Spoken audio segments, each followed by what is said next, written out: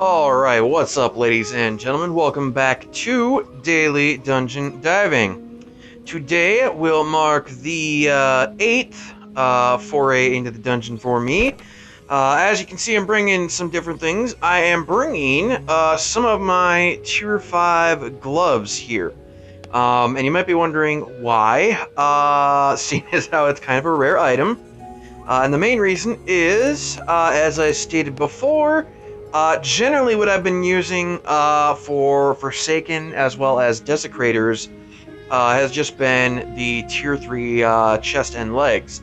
However, last time I did a quick test, and I used the Pot Helm, which gave me an additional 70 armor to bring me up to a total of 240. And I used that on the Desecrators and found that brought their damage down to 24, which is pretty much ideal. That allows me to take 4 shots from them and then heal with a Bitter Tincture, which the 100 healing, of course, in most instances really gets wasted, but in that instance, the 4 attacks do 96 damage, which allows me to get 96% of the effect of the Bitter Tincture when I use it to heal. So it's pretty ideal. Unfortunately, 240 armor put me at 20 damage from the Forsaken, which means unfortunately I still had to heal after taking 4 hits from a Forsaken. Because, of course, the 5th hit would be a full 100, which would kill me. So, obviously, 240 armor is not going to work for Forsaken if we're trying to reach any kind of really useful breakpoint in terms of damage and armor. So, I have to go a step further and try something like 250. So, bam. 250. These gloves will get me up to 250 armor for testing that out. It will also allow me to test the durability of Tier 5 armor. Now, it's not going to be a 100% accurate test, obviously, because it's not 100% durability. However, what it will do is if I get it if I actually manage to use it enough that it breaks, then what it will allow me to do is I can use the last 20% of the durability of the item, which is basically when it goes red until it breaks, and I can use that as a basic measure, and you basically just add 1 to that number because the hit before it turns red is pretty much the hit that you would consider it to be 20%. Of course, the game rounds, so it's a little funky. So really, it's more of a range that it'll give you. So you take the number of hits that it takes while it's red, multiply that times 5, and then take the number of hits that it took while it was red, add 1, and multiply that times 5, and it gives you a basic range of what it should basically have. And then from there, depending on what the number is, you can kind of guesstimate what it actually should be. For example, if it goes red and breaks 24 hits after going red, then the 20% mark is probably 25, which would mean the full durability of the armor piece would likely be 125, or something like that. But yeah, I'm going to go ahead and take the opportunity to test this. I also want to mention very quickly that I am doing a slight change in how I'm going to be reporting enemy numbers for these dungeons. If you are interested at all in the number of enemies that I am facing in every single one of these dungeon runs, the last video of a run, if you check out the video description, among my short little stories about what the video entails, as well as the official Discord link for the game and the game version, you will now find the total enemy numbers that I faced within the dungeon. I'm going to be putting that into my videos. I've already changed all my previous video descriptions to include those. And again, this is just for the final video of the run. So the video where I actually reach and open the Forsaken chest, which is the final chest at the end of the dungeon, that is the video where, if you check the description, you can find the number of enemies. So, with that in mind, we will kind of head in. You can kind of see the gear I'm using is pretty broken. I'm trying to kind of... I had a bunch of gear that was at the dungeon just kind of chilling out here, and a lot of it is kind of in bad shape, so I kind of want to use most of it if I can.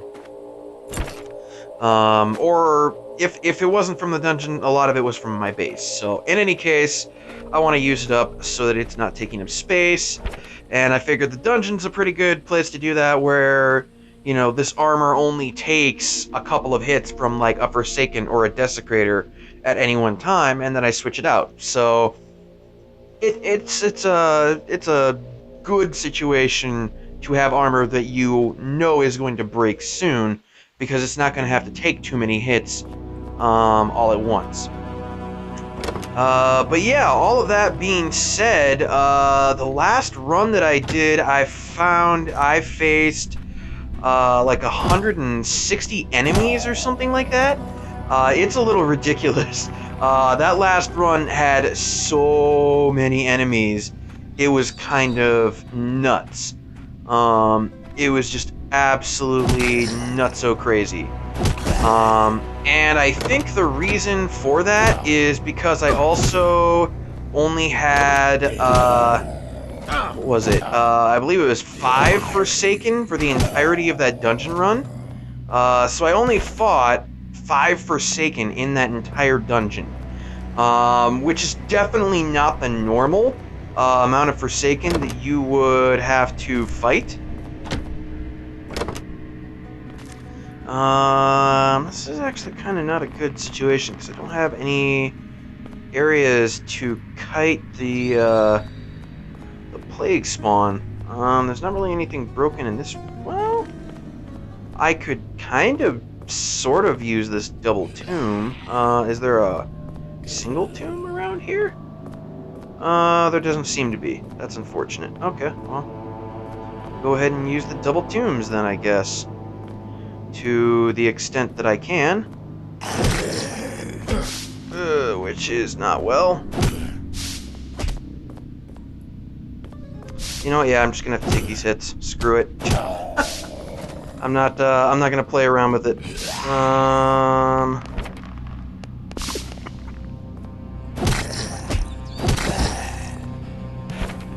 So yeah, it's I guess it compensated for the number of Forsaken by giving me a crap load more possessed and stuff. Which, you know, it's not the worst thing they could have given me, but it's not exactly the ideal outcome either. So there's actually not a lot here.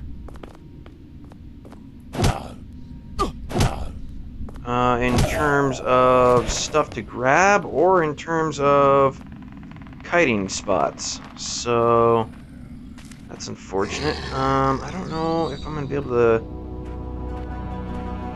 sneak up on this. Oh yeah, I managed to sneak up on him. Okay, sweet. That works. I also want to mention, guys, that I have been very busy for the last week or so, kind of trying to do a whole bunch of different things. I've been working on some spreadsheet stuff. I've been working on various other things. I've been doing my mod duties on Discord. And then also I've been kind of preparing for my birthday, which is this week. And that has been a little not stressful, but it's just it's kept me busy. considering I wanted to take some time off for my birthday. So I needed to get some things kind of sorted out beforehand. So I really haven't had a lot of time for farming or anything like that. So I am really low on certain materials. You guys are gonna see me using, or you guys are gonna see me using these maces and stuff. And honestly, guys, I don't have very many back at base, and I don't have wires in order to replace them either, which is a bit of a problematic situation. So my buddy Hacks recently made a dungeon guide, and he made it for what did he make it for? He made it such that it kind of shows you how you can do the dungeon without necessarily having ideal weapons. I guess I don't really have a good way to describe it. It's really the one thing that I took away from it more than anything else is, holy crap, what I would give to have a run through the dungeon where I had absolutely no lag, where I had 100% of my frames at all times. Oh, the things I could do if that happened, that would be just amazing. But yeah, he did a guide, and it kind of showed him he uses one-handed swords a bit in the dungeon, whereas I've kind of not done that since the very first run that we did, because I found that they're not really that efficient to use. Because everything in here, like the Possessed has 100 HP, so it would take 4 shots, and the 4th would only do 10 of its 30 damage, so it's kind of wasted to an extent, which obviously isn't fun.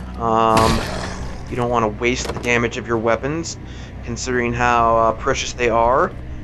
But I also thought about it a little, and I realized, you know, it does take an extra hit to deal with Possessed, or even like a Leprous Soldier if you were going to use it on a Leprous Soldier or something like that.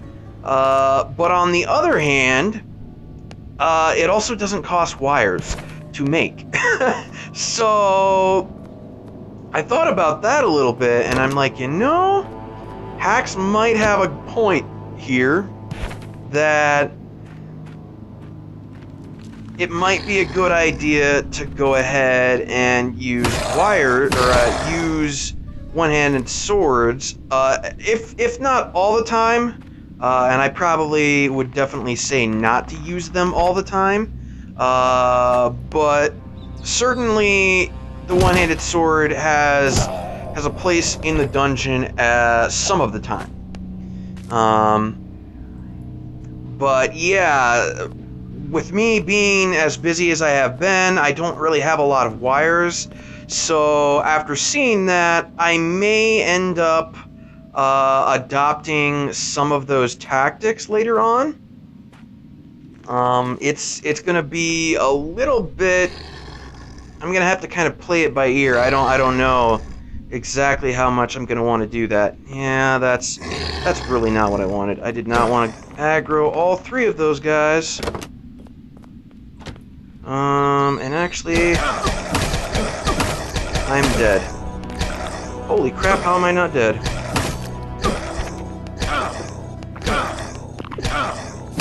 Please, please. I'm having a very bad efficiency here. Yeah, that was horrible efficiency. I got stuck in a corner, and I'm a little out of it as well right now, guys. I've been so busy with stuff. Also, ironically, well, not ironically, but in addition to everything else, I'm a huge fan of Shark Week on Discovery, and it just so happened Shark Week started yesterday. I am recording this as of Monday, July 27th. at about 10:30 at night. So it's not too late, but I've been so busy with stuff today. Just random, normal, everyday stuff that just, it's been piling up, and I need to get stuff done. Oh, my goodness, I'm out of it. So I apologize if my gameplay sucks, specifically if it sucks more than usual, because yeah, I'm not doing so great on the energy front. But yeah, with me being so busy and not having time to farm, I've definitely decided that I may have to do some other things. Damn it, this is not what I want to do. There's too many of these guys to really kite them effectively. Which really annoys the hell out of me.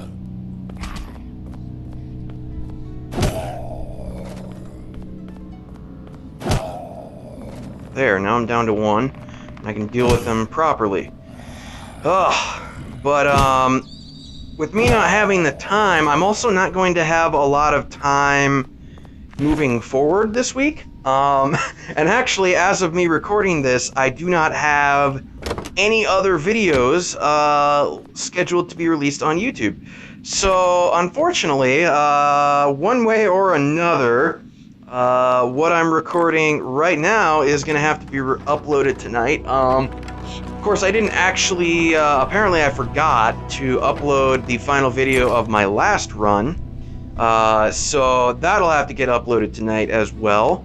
But I'm going to probably do this dungeon run today, guys, and I'm probably going to do another, later today. Or, well, not later today, later tomorrow, rather. And I'm probably, with it being such quick succession, in terms of recording, normally I would probably try to do some kind of 2 videos a day for like the first run, kind of thing, which I did with the last 2 dungeon runs that I did, because I did 2 of them in a single day. I would normally kind of try to do something like that, but I'm going to be so busy this week, guys, that I'm probably not going to do that. I am instead most likely... Ooh, that's Forsaken. Let's get some distance. I am most likely just going to release them one at a time. That way I can have like a week's worth of videos saved up, and it'll just be a lot easier for me. So we're going to go ahead and equip all of this, equip that, take that, munch my... Oh man, really? So even with 250 armor, I'm still taking 20 damage from the Forsaken. Damn, that sucks. That really sucks, actually. I was really hoping that would take it down to 19, but, yeah. But yeah, I'll upload all of these videos tonight, and I may go ahead and make these videos a little bit longer, than my videos have been, just so you guys can get a little bit more out of each video, if, you're actually watching them for entertainment value, which I don't know what entertainment value there is in them, but I'm sure some people are entertained by what I do here. Is that a chest at the end? No, that's a door. Alright, let's see what you guys got. Another possessed and a leper soldier by the looks of it.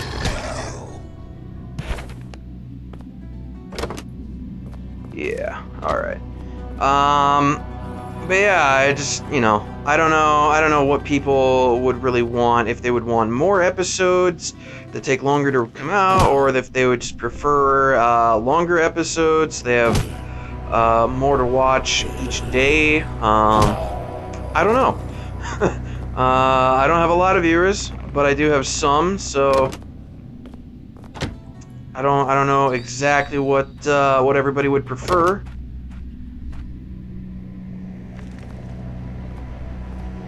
But yeah, I'll just I'll do it this way, and if you guys would like it some other way, just let me know. And I will see about doing things differently in the future.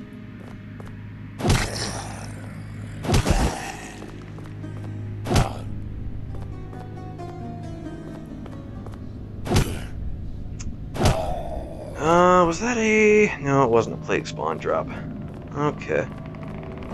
And then the rest of these guys up here, they're facing the right way.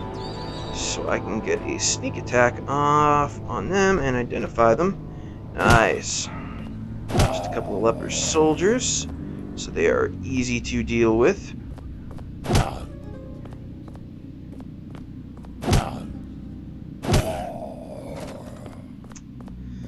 But, yeah, what else is there to talk about here?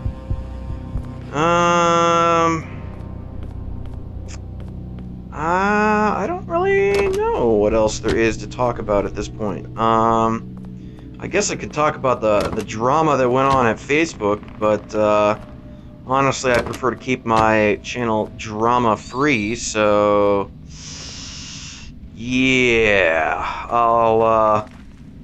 I'll not talk about that too much. I guess I would suffice to say that, you know, there was an incident involving Saad and his Facebook group, which actually I don't know if it was really originally his Facebook group. I have no idea who started the global community Grim Soul Survival Facebook group or whatever it was called. But he was obviously the most prominent member of it, constantly, he was constantly posting his own videos and such up there, and what with it being a global community, and him also being from, you know, a part of the globe that may not necessarily have had any representation on YouTube. He is from Egypt, I believe, so, you know, the entire Middle East pretty much identifies with him, certainly. So I suppose he brought certainly a group of people into the game who might not have otherwise gotten into the game. But yeah, a lot of stuff went down, and suffice to say that some people were very upset about what he did, and he took things out on some of the members there, and it became kind of a big mess, and just, yeah, it's kind of a really messy topic to get into, because I really don't want to, you know, bash someone. I saw what happened. Basically, I'm sorry, I'm being a little vague here. I don't want to step on toes too much here. But basically, what happened is my buddy Grimhacks over at Discord. He was in the Facebook group as well as I was, and he saw a post that Sahad did. He did a video for the Grindstone. Ooh, that would be a Desecrator. I need to deal with that. I will deal with this Desecrator before I discuss the thing that happened with Sahad. So let me get a slice in on him. Go down here, deal with you. Switch back to the Bastard Sword. Put my tinctures on there, and now we can deal with the Desecrator. Ooh. It actually, my armor broke at a very important time. That actually took the damage down to 23. Yeah, that's interesting. I don't think, off the top of my head, the math doesn't seem to add up to that being any kind of significant breakpoint in terms of being able to take more hits or anything like that, or use any different kind of healing item.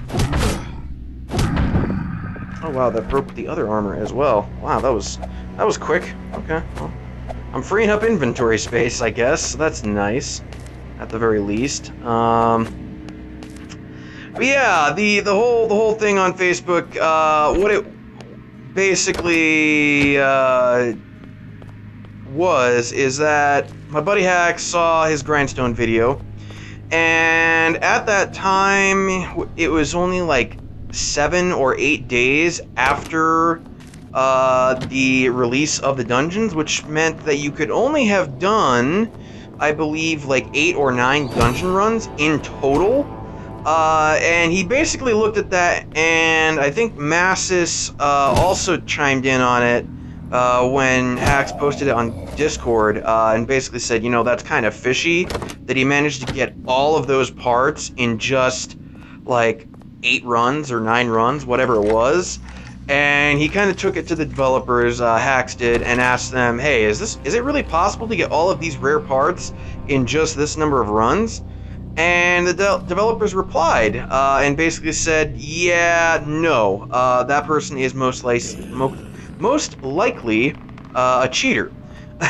And he then took that information from the devs and basically posted on Facebook about it and accused, or at least suggested, I didn't see the exact post myself, because once I saw the reply from the devs, I kind of was like, oh, well, if he's a cheater, I really don't want to be in this group.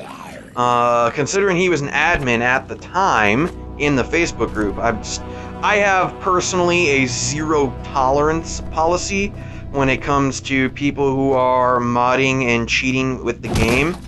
At least, most certainly, when people are trying to hide it and act like they are legitimate and everything that they're doing is legitimate, and they're doing nothing wrong. But yeah, he basically suggested that, you know, he was a cheater, and Sahad kind of blew him off, and then some other people got involved, and I believe it just kind of devolved into a, you know, hey, don't accuse my friend or this awesome person of doing something so horrible. Like, I absolutely 100% believe that he didn't do anything wrong here. And then apparently Hax talking to the developers prompted the developers to look into his account, and as it turns out, Hax was absolutely 100% correct, and they found that Sahad actually had been using a mod, the mod APK, to duplicate dungeon keys, among other things. So, as it turns out, Hax was right, but nonetheless, it really didn't take back all of the stuff that Sahad said to Hax, and it kind of... It became a big argument between the supporters of Sahad as well as the people who just took everything, all of the evidence that Hax presented, and took it at face value, which basically meant that Sahad was in fact cheating. And it turned into this giant brawl between them. It's a whole bunch of he said, she said, and, you know, believing in one person just because supposedly, you know, they've done so much good for the community, and, well, that's a whole nother thing to get into some other time, but yeah, it just kind of devolved into a horrible thing. Eventually Sahad finally went on Facebook and he admitted, okay, he said, yes, I admit it, I cheated, I used the mod to get extra dungeon keys. He said he only used it to get dungeon keys, which I absolutely do not believe, because if he did the extra dungeon runs in order to get all of the parts for the grindstone, no doubt he absolutely needed extra weapons to do those extra runs. So I am sure he used the mod APK in order to duplicate weapons as well. and probably healing items for the runs as well. That being said, I guess if there is a good reason or an acceptable reason to cheat, his reason would be near the top of that list. He basically just said, you know, he wanted to get the information for the grindstone out to the public as soon as possible. And while that's commendable, it kind of doesn't... I guess I would say it's not important enough to cheat in order to do it, because a lot of people aren't going to have the grindstone for a while. I have the grindstone. I haven't completed it, but I have it back at my base, and I can tell you, you know, there's a lot of math involved with the grindstone. That all we needed was one person to go ahead, and actually I'm using the wrong armor here, but oh well. The Forsaken kinda is a very quick enemy. I need to do this quickly, and trying to talk whilst doing this is not exactly good for my ability to multitask here. Okay. But yeah, it's just... It became kind of a pissing contest, for lack of a better word, and it's just it's dragged on for far too long, in my opinion. I'm not one who's going to you know, go the nothing but, you know, good vibes road like JCF did. He basically said he supported everything that Sahad has done in terms of trying to help out the community and whatnot, and okay, you know, yeah, that's all good and well, but the way in which he did it, and then the crap that he gave a lot of the people in particular who were accusing him of cheating, and he basically said, no, you're lying, I did not cheat, even though now we know absolutely 100% that he was cheating, and he knew that he was cheating, and he was still calling them a liar. That kind of makes me just, you know, I can't respect a person after that. I can't respect a person who knows they're cheating, absolutely 100%. They're trying to do it just for a good reason, but, you know, when someone basically says, hey, by the way, this isn't possible, you couldn't possibly have all this stuff, we know you're cheating, so what's up with that? And he just basically said, no, I'm not cheating, I'm 100% legit, you don't know what you're talking about.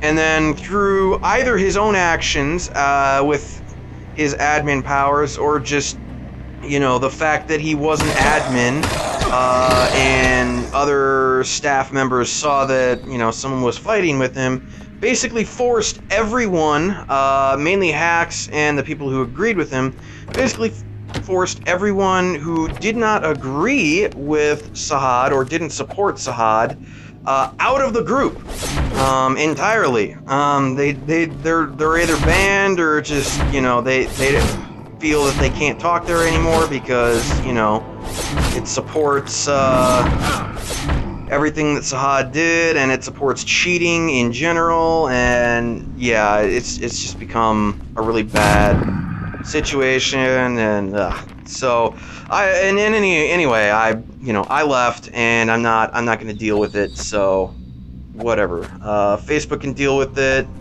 Those guys, they can all deal with it. I'm not gonna. I can't support Sahad. I can't support what he did. I can't respect him as a person after basically lying to everyone. So yeah, that's just how that situation unfolded. But anyways, this video is getting a little bit long. Killed a number of enemies, and I honestly have no idea which way is the right way at this point, guys. There was a desecrator over here, however, so I'm inclined to believe that this is the correct way. So I'm just gonna go ahead and kill this guy and open the door and see what kind of information that gives me. Not a lot, because it's just an empty hallway. Okay. What information will I get from this? Yeah, I would say this is probably the right way to go. So, I will say that the next time I see you guys, we will probably check out this corridor and what lies beyond. So, until then, guys, take care, and I will see you on the next episode.